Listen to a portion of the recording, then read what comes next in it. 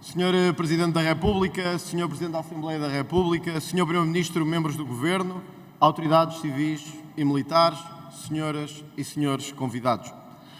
Mais uma vez aqui estamos. E mais uma vez fazemos laude para o povo português fingir que viu e para nós fingirmos que ficámos contentes.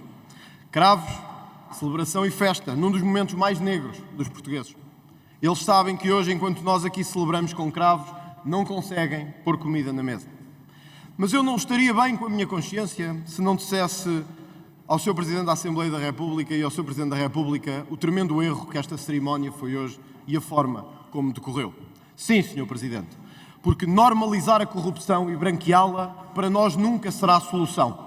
Esta casa não pode ser um circo de corrupção. Esta casa não pode ser um aplauso àqueles que foram condenados em 3 instâncias e foram salvos pela mão amiga daqueles que nomearam. E por isso os milhares que hoje estão lá fora, os milhares que se estão a fazer ouvir às portas deste Parlamento, sabem bem aquilo que estou a dizer. Democracia sim, corrupção nunca mais. Mas é também o dia de lembrar que as mesmas autoridades portuguesas que enviaram material militar para a Ucrânia, que disseram e ouviram Zelensky neste mesmo quadro por cima de mim, receberam hoje aqui um presidente que atacou a União Europeia por ajudar militarmente a Ucrânia. Que vergonha e que hipocrisia tremenda de 2 dirigentes nacionais que dão a mão a Zelensky durante o dia e a mão a Lula e à China durante a noite. Que vergonha de dirigentes nacionais. Mas este é um bom dia para falar de Lula da Silva. Porque ontem mesmo soubemos que José Sócrates não irá provavelmente a julgamento. E eu gostava de dizer isto aqui no 25 de Abril. José Sócrates, suspeito de roubar os portugueses em milhões e milhões de euros, não irá com toda a certeza a julgamento. Encham de cravos, distribuam-nos pelos portugueses, levem-nos lá fora e metam-nos no bolso. Digam-lhes que quem roubou milhões anda de cravo ao peito, mas fica com os milhões na carteira enquanto anda de cravo ao peito.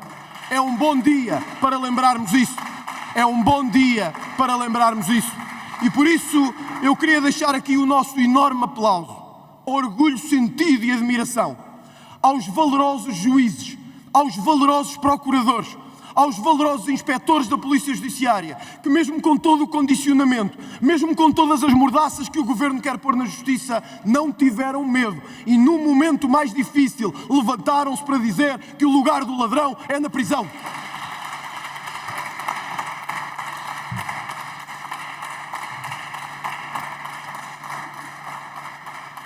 Mas o 25 de Abril era para acabar com o elitismo. A grande noite que terminou e a manhã clara e nobre que chegou aos nossos dias. Alexandra Reis deve pensar exatamente o mesmo. Aquela manhã clara e nobre em que ela recebeu 500 mil euros de indemnização da TAP. Deve ter sido uma manhã clara e nobre que ela pôs o cravo ao peito e disse 25 de Abril sempre. Fascismo, nunca mais. E o mesmo de muitos outros que enquanto nós celebramos Abril estavam a pôr dinheiro ao bolso do cofre dos contribuintes.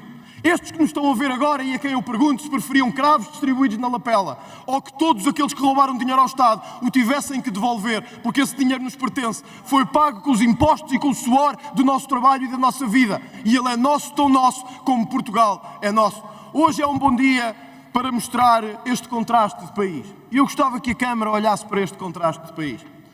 Um bombeiro ferido em Pedrógão tem direito a uma pensão de invalidez de 267 euros. Gostava que os portugueses olhassem para isto. Todas as autoridades aqui presentes. 267 euros para um bombeiro de Pedrógão. Hoje mesmo, soubemos que a ex-presidente da Autoridade da Concorrência tem direito a um subsídio de 7.934 euros. Este, digam-me se é o país de Abril.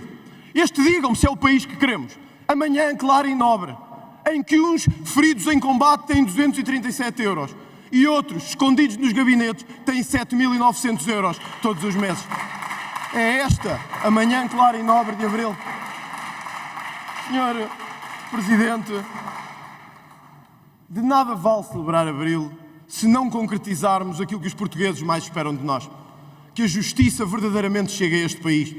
E ela tarda tanto, que muitos já perderam a fé e a esperança. E nós temos que a devolver a Portugal. Os milhões que hoje não estão nem na praia, nem no carro, nem em viagem, estão a ver-nos. E sabem que já não vale de nada estarmos a celebrar isso se a conta não chegar para o supermercado. Se quando vão a tribunal perdem o ordenado para pagar custas judiciais. Se quando chegam ao fim do mês têm a autoridade tributária a pedir impostos. mas veem que outros que nada pagam têm todas as benesses e benefícios do Estado. E querem que eles celebrem Abril, querem que eles cantem e digam: fantástica manhã esta, que me deu ganhar 297 euros, enquanto outros se enchem com o dinheiro que é de todos. Isto é que nos devia fazer pensar Abril. E que pensar Abril é este, que esqueceu os milhões de retornados, de expoliados do ultramar, a quem nunca demos a dignidade que mereciam. Para esses milhões que nos estão a ver, que vieram de uma África abandonada e esquecida, onde muitos têm os seus familiares enterrados e onde muitos deixaram a farda dos seus filhos, nós deixamos aqui hoje para todos esses a palavra de que, se essa alternativa um dia chegar, a nossa primeira prioridade vai ser para esses homens e mulheres, para esses milhões de famílias que, enquanto viam outros roubar tudo, ficaram sem nada em Portugal.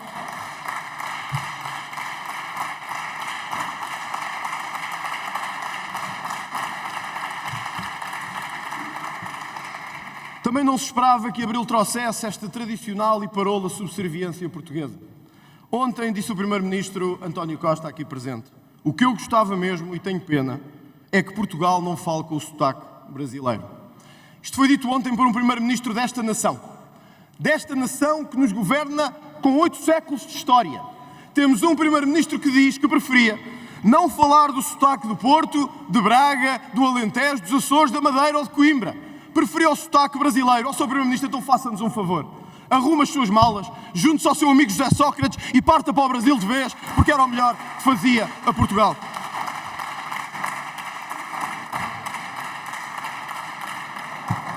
Estamos, Sr. Presidente, um país que se transformou de emigração num país de imigração. E Portugal tem esse dever histórico de acolher bem, porque também outros nos acolheram bem. Mas os nossos que foram para trabalhar e que foram para se integrar e ali constituíram família sabem bem o sacrifício de ser imigrante. O que pedimos a este país é que acolha bem, acolha com regra, mas não se deixe invadir por manifestações que não são suas, nem podem nunca ser suas. Para nós, Portugal é de matriz cristã e é sempre assim que deverá ser durante a sua história secular. Para nós, não faz sentido dar a outros o que não temos para nós próprios.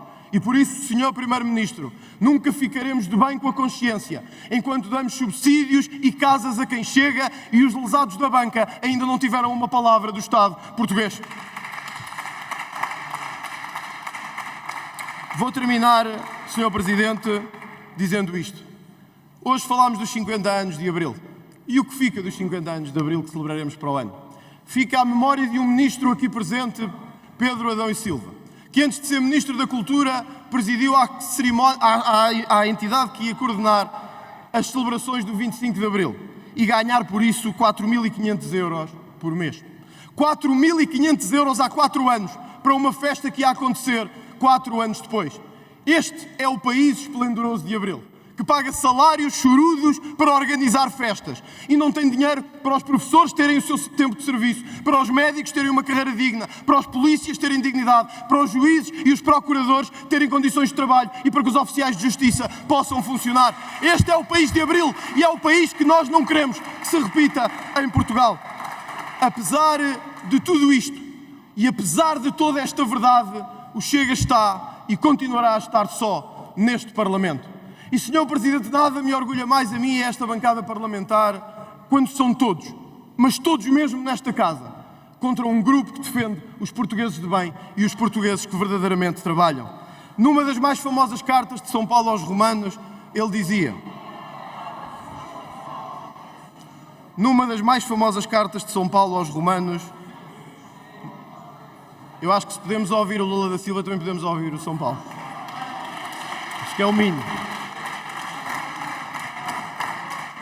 Numa das mais famosas cartas de São Paulo aos Romanos, São Paulo dizia: diante desta injustiça, que podemos fazer? Se Deus é por nós, quem será contra nós? Se o povo português, se os portugueses de bem são por nós, não serão vós a estar contra nós. Muito obrigado.